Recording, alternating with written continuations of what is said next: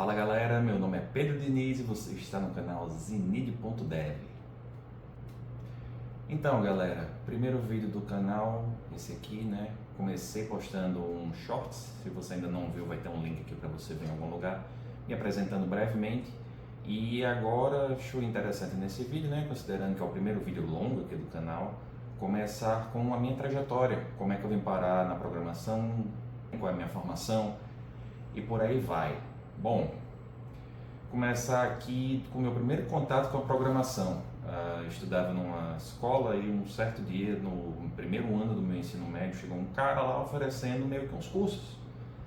E eram uns cursos assim de web design, né, que se chamava na época. E esse curso de web design era bem baratinho, era tipo R$ 30 por mês, 2 aulas por semana pra gente aprender HTML, aprender um pouquinho de Photoshop, esse tipo de coisa. E pô, eu e alguns amigos meus achávamos legal, né? E começamos a fazer esse curso. E beleza, sendo que naquela época eu não tinha uma cabeça muito madura, né? Só queria saber de jogar videogame, então o que é que começou a acontecer? Eu e os meninos, a gente começou a descobrir uns joguinhos que a gente, enfim, jogava durante a aula e eu acabei nem concluindo o curso, infelizmente, né? Já pensou se eu tivesse começado a programar desde aquela época, já estava milionário aposentado. Mas enfim, não foi o caso e foi meio que uma oportunidade desperdiçada que eu lamento um pouco para mim mesmo, né? Depois de todo esse tempo. Mas beleza, passam-se aí 3 anos, entro para a universidade, entrei para um curso chamado Bacharelado em Ciências e Tecnologia e era um curso que permitia que você escolhesse uma engenharia depois do curso. Então meio que era um curso para os indecisos, sabe? Porque, tipo assim, você podia entrar sem saber qual engenharia você queria. Originalmente, quando eu entrei, eu pensava um pouco assim em fazer engenharia mecânica, por influência do meu irmão, de certa forma. Mas assim que cheguei a pagar as matérias de física, eu vi que não era muito a minha praia. E aí tinha as matérias de programação, foi quando eu comecei a mexer com lógica de programação mesmo, lá para 2010, já faz aí mais de 15 anos, né? E eu gostava das matérias de programação, ia relativamente bem, passava por média, né? Que já é um diferencial assim nas faculdades de exatas. Curti o que eu estava fazendo ali, era lógica de programação básica, mas assim, eu não me via fazendo aquilo pelo resto da vida, porque eu já passava muito tempo no computador, né? Jogando videogame. Não segui por essa carreira por enquanto, né? E aí o tempo foi passando, chegou a minha hora de escolher o curso. E durante uma matéria optativa que eu fiz, eu vi um artigo sobre impressão 3D de órgãos, eu achei muito massa. E aí eu resolvi seguir para engenharia biomédica, que acabou sendo, tipo, eu não vou dizer um erro, mas acabou não sendo uma escolha muito produtiva assim para mim. Porque eu nessa época ainda só queria jogar, era viciado em jogo, jogava muito LoL, jogava Battlefield, enfim. Não que eu ainda não jogue, não que eu não jogue mais hoje, na verdade, mas tipo assim, hoje é muito mais ponderado e responsável. Então, enfim, naquela época ainda só queria jogar, meio que empurrei a universidade com a barriga. Consegui me formar no bacharelado em Ciência e Tecnologia, empurrando com a barriga. Me formei na Engenharia Biomédica, empurrando com a barriga.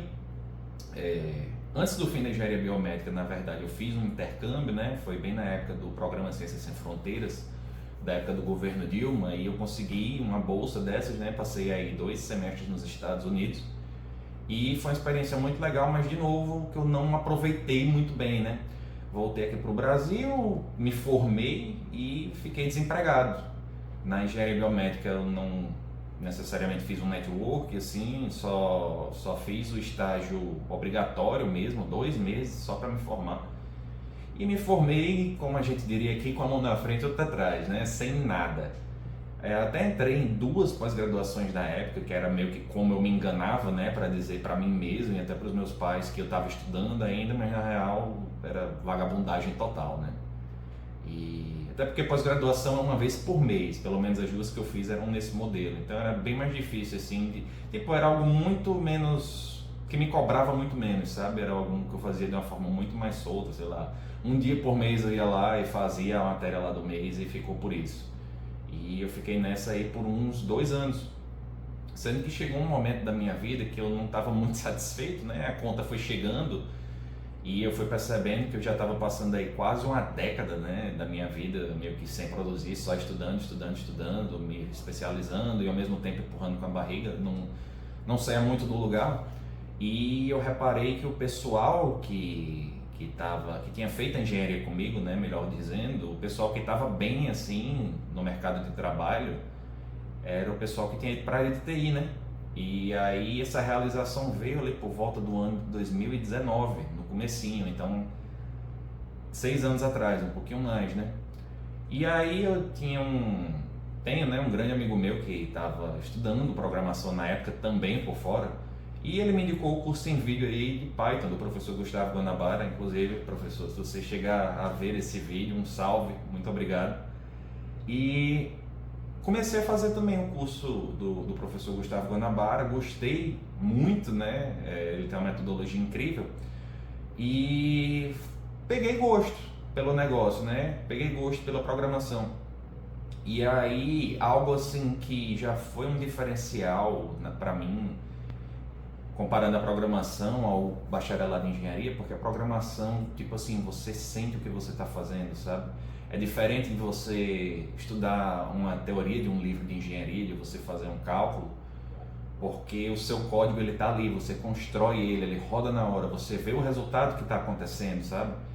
Enquanto que na engenharia é praticamente só teoria, não tem um tomógrafo em casa, não tem uma máquina de raio-x, uma ressonância magnética, sabe? Para eu mexer. Então, tipo assim, acabou ficando muito na teoria o curso de engenharia, enquanto que o meu estudo independente de TI já se mostrava muito mais promissor. E aí, junto com esse mesmo amigo, né, a gente entrou no curso de ADS, Análise e Desenvolvimento de Sistemas aqui, né, para quem não conhece a sigla, e fizemos ADS aí pelos próximos anos. O curso ele tem uma duração de 2 anos e meio, mas como eu já tinha terminado a engenharia, né, e também fiz as pós-graduações. Minhas pós-graduações, uma foi em gestão de projetos, que acaba me servindo mais ou menos na área de TI, e a outra é em engenharia clínica, que não tanto, né? Mas enfim, consegui aí meio que espremer a minha formação anterior para conseguir aproveitar as matérias, e nisso eu acabei conseguindo me formar em 2 anos, em vez de 2 anos e meio. E aproveitar essas matérias foi muito bom para mim, porque assim que eu entrei no curso de ADS, primeiro dia já cheguei para o professor contando praticamente minha história até aqui, né? Basicamente isso que eu estou contando aqui para vocês.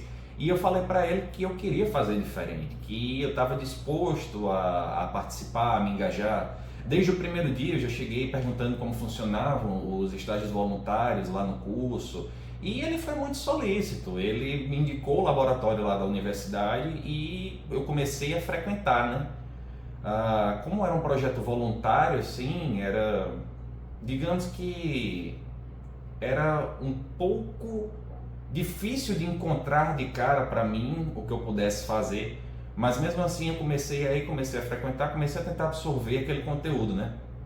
E aí tentava participar como eu podia ali no projeto do laboratório, que era de um sistema basicamente de gestão hospitalar. E o professor foi gostando de mim, né? E eu fui pegando gosto pela coisa. Então no fim desse primeiro semestre, na verdade, eu cheguei para o professor e perguntei como era que eu fazia para conseguir um estágio remunerado. E ele me falou que eu precisaria de 40% do curso integralizado. 40% de 5 semestres dá 2 semestres. E é aí que entra aquela parte que eu falei de ter aproveitado as matérias. Eu consegui pagar um semestre de matérias normal e aproveitei mais um semestre de matérias. Então, com um semestre cursado, digamos assim, eu já tinha os 40% necessários e consegui um estágio remunerado já no primeiro semestre. Foi algo incrível para mim, só me deu mais vontade de crescer e ter sucesso na área. Porque, tipo assim, começar a ganhar dinheiro com isso, sabe, era muito bom. E coincidentemente, né, na semana que eu comecei a estagiar, eu arranjei um emprego também. Então, tipo assim, eu fui muito da água pro vinho, sabe? Eu comecei a trabalhar, estagiar, estudar ao mesmo tempo, consegui conciliar, enquanto que, tipo assim, semanas antes eu era full vagabundo praticamente, só fazia o curso. Dava umas aulas de reforço de física e matemática também, que foi uma atividade boa para eu tirar um dinheiro por um tempo, mas enfim, não era sustentável e não era escalável. Então, beleza, voltando aqui para minha trajetória na TI, né? O tempo foi passando, fui fazendo esses estágios, né? E basicamente pegando gosto pela coisa, sempre estudando como eu podia. E consegui um estágio melhor também, por recomendação desse professor. Ele me tirou do primeiro lugar que eu estava, me colocou num que pagava um pouco melhor. Tinha um pouco mais de responsabilidade, mas fazia parte, eu gostava. E aí finalmente eu cheguei no meu último semestre do curso de ADS, né? Que acabou sendo divisor de águas para mim, porque era também meu último semestre de estágio. Ou seja, eu já tinha meio que um reloginho assim gritando no meu ouvido dizendo: você precisa conseguir um emprego na área agora, você precisa conseguir um emprego na área agora, porque você vai perder o seu estágio se você não, se você se formar, né, nesse semestre, que era o curso normal da coisa, eu me formar naquele semestre. E, enfim, tinha esse senso de urgência a mais. E o que foi que aconteceu? Eu procurei muitas vagas de Python, só queria mexer com Python na época, meio que por influência do curso do professor Gustavo, né? E também porque era fácil, é amigável, sabe? É uma linguagem tipo de boa assim para você mexer. Mas ainda não tinha muito fundamento assim de coisa prática, sabe? Não sabia mexer com HTTP, por exemplo. Não tinha muita noção da web para back-end, digamos assim. E estudando e tentando passar em processos seletivos para vagas de Python, enquanto eu estava, né, fazendo isso, chegou um amigo meu que na época trabalhava no Banco Itaú, e o Banco Itaú ele tem uma software house dele chamada Zup. E aí esse meu amigo viu essa vaga no LinkedIn da Zup e me mandou, né, um link da recrutadora que estava divulgando a vaga, e era uma vaga tipo assim, era um bootcamp. Detalhe, isso já era no meio da pandemia, 2021. Então isso era uma vaga para um bootcamp que você entrava, você recebia um salário de entrada, digamos assim, e depois de 3 meses, se você sobrevivesse ao bootcamp, né, performasse ali como eles esperavam, você seria promovido. Então a proposta deles era pegar programadores júnior e transformar em programadores plenos. Essa era a promessa do bootcamp, né? Um salve aí para a galera do Orange Talent, se alguém estiver assistindo também. Então eu fiz esse bootcamp, né? Na época o salário de entrada era um pouco menos do que eu ganhava no meu trabalho, tipo no meu emprego, que eu atendia tickets pelo Zendesk. Mas foi, tipo assim, valeu muito a pena, porque foi o divisor de águas da minha carreira. Não só o bootcamp me deu muito conhecimento prático que eu uso até hoje, como, tipo assim, a oportunidade em si, sabe? Foi muito grande, foi o meu primeiro emprego mesmo, de carteira assinada na área, e isso vale muito pra mim, sabe? Então, beleza, sobrevivi ao bootcamp, entreguei os projetos, passaram-se 3 meses, eu fui efetivado. Não só passei pelo período de experiência, né, que era uma vaga CLT, mas fui efetivamente efetivado e promovido a pleno, o que acabou, tipo assim, me dando um salário maior. Não sei porque eu fiz essas aspas. Me dando um salário maior e, assim, foi o pontapé inicial, né? Pô, agora eu tô no mercado de trabalho, isso aqui é muito bom. Passaram-se alguns meses, eu sofri bastante no primeiro projeto que eu fui alocado, que eu fui alocado no projeto do antigo Banco IT, né? Que era um banco digital do Itaú. Se eu não me engano, ele foi encerrado agora no começo de 2025. E eu gostava bastante do que eu fazia lá, o pessoal era legal, mas tipo assim, eu ficava voando muito, sabe? Como se o bootcamp não tivesse me preparado para muita coisa. E é normal, né? Porque foram só 3 meses, então não tinha como exigir muito, mas a síndrome do impostor batia no sentido de que, assim, teoricamente eu sou pleno, mas eu tô apanhando para esse aqui. E o Júnior que tinha lá, ele me dava um baile, ele sabia muito mais, pô. Mas enfim, águas passadas, né? Faz parte. Poucos meses depois, o mercado muito aquecido foi abordado por outra software house.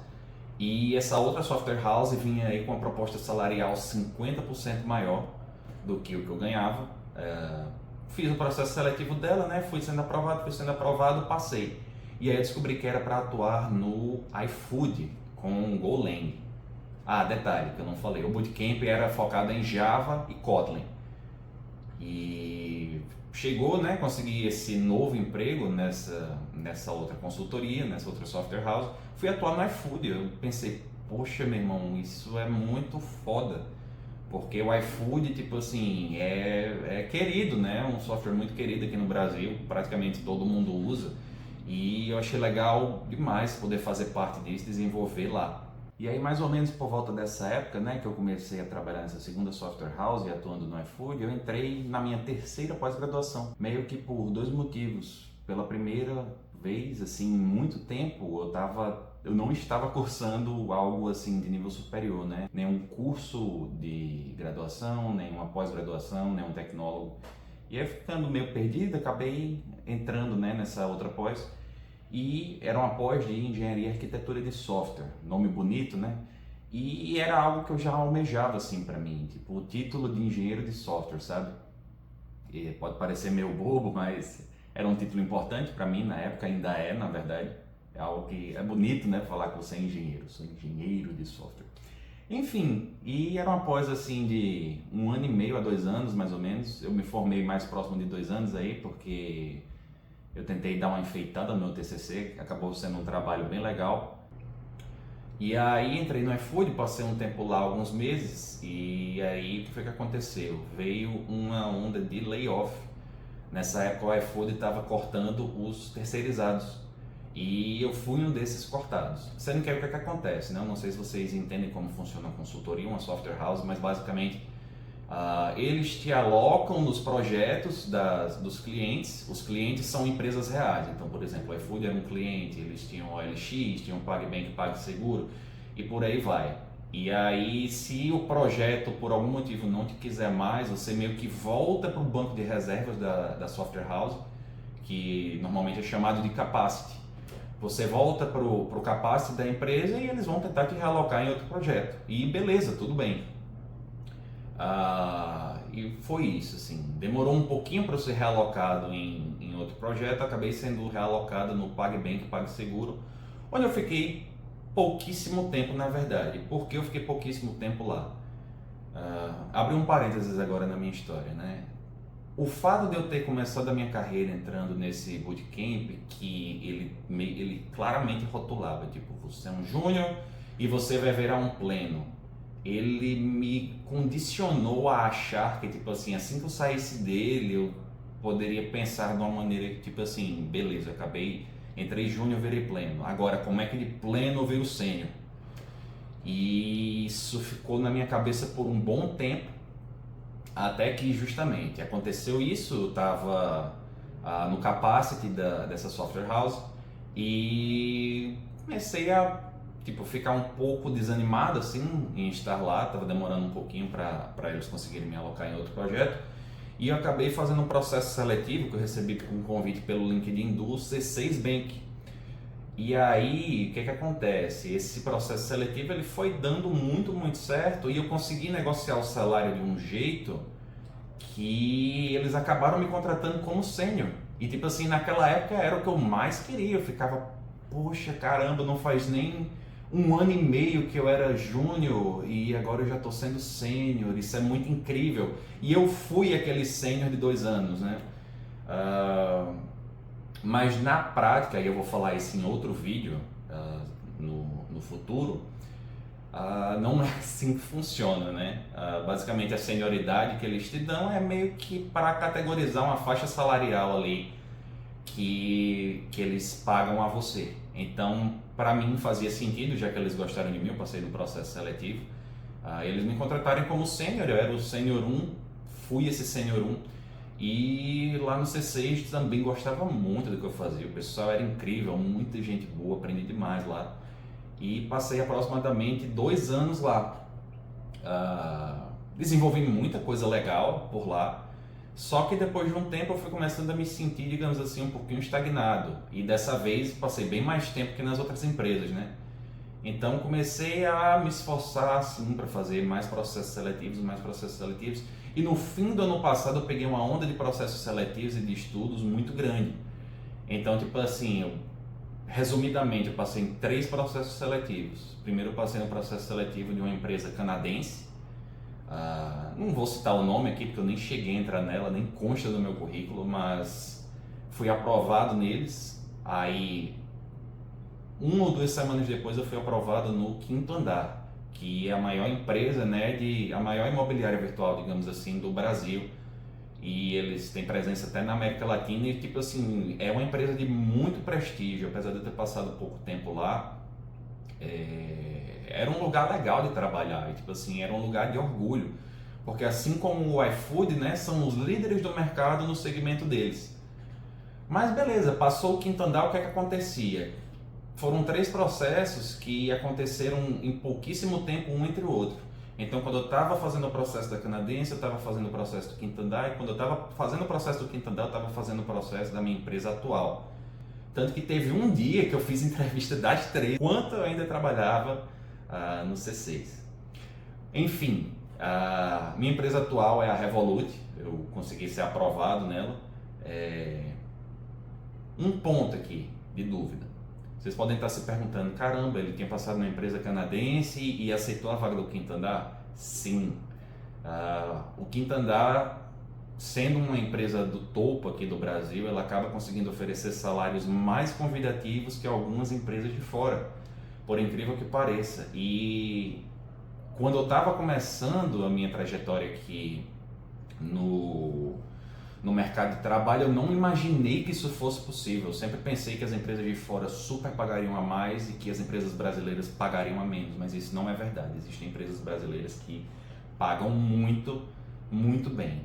E normalmente são as empresas que são as top no ramo, no segmento de mercado delas. Então beleza, passei na Revolut e aí comecei na Revolut agora no comecinho desse ano, em 2025 mesmo. E cara, essa é a minha trajetória, é o job na gringa assim que eu sonhei. A empresa até então tem sido muito boa para mim, é muito desafiador. E se vocês viram os shorts que eu fiz, tipo assim, um dos principais desafios é o fuso horário, né? Porque eles têm gente do mundo todo. Então é normal que, tipo, se você entra para trabalhar às 9 da manhã, o pessoal que tem que revisar os seus PRs já esteja offline, por exemplo, ou esteja saindo. Então, tipo assim, enfim, tem uns problemas aí do fuso horário, entre outros, que talvez eu fale nos próximos vídeos, mas no geral, cara, é extremamente recompensador, é o job na gringa, é o sonho, né? E hoje em dia eu sou muito feliz e realizado. Na verdade, sempre fui com a área, mas hoje, graças a Deus, estou aí numa posição que eu considero muito boa, e a própria Revolut tem um plano de carreira aí que eu considero excepcional. Beleza? Então é isso, pessoal. Essa é a minha trajetória. Espero que vocês tenham gostado do vídeo. Se ainda não é inscrito, por favor, se inscreva. Gostou do vídeo, deixa o like. Se acha que a trajetória é boa, ajuda aí não só a você, mas algum amigo seu, compartilha também o vídeo. E se quiser também, deixa um comentário aqui com alguma sugestão para o próximo vídeo, talvez alguma vivência que você queira saber ou algo do tipo, que eu vou estar respondendo, e quem sabe seu comentário vira um vídeo aqui no canal, né? Eu estou começando agora, então toda ideia é bem-vinda. Beleza? Muito obrigado aí pelo seu tempo, pela sua atenção. Espero te ver nos próximos vídeos e valeu!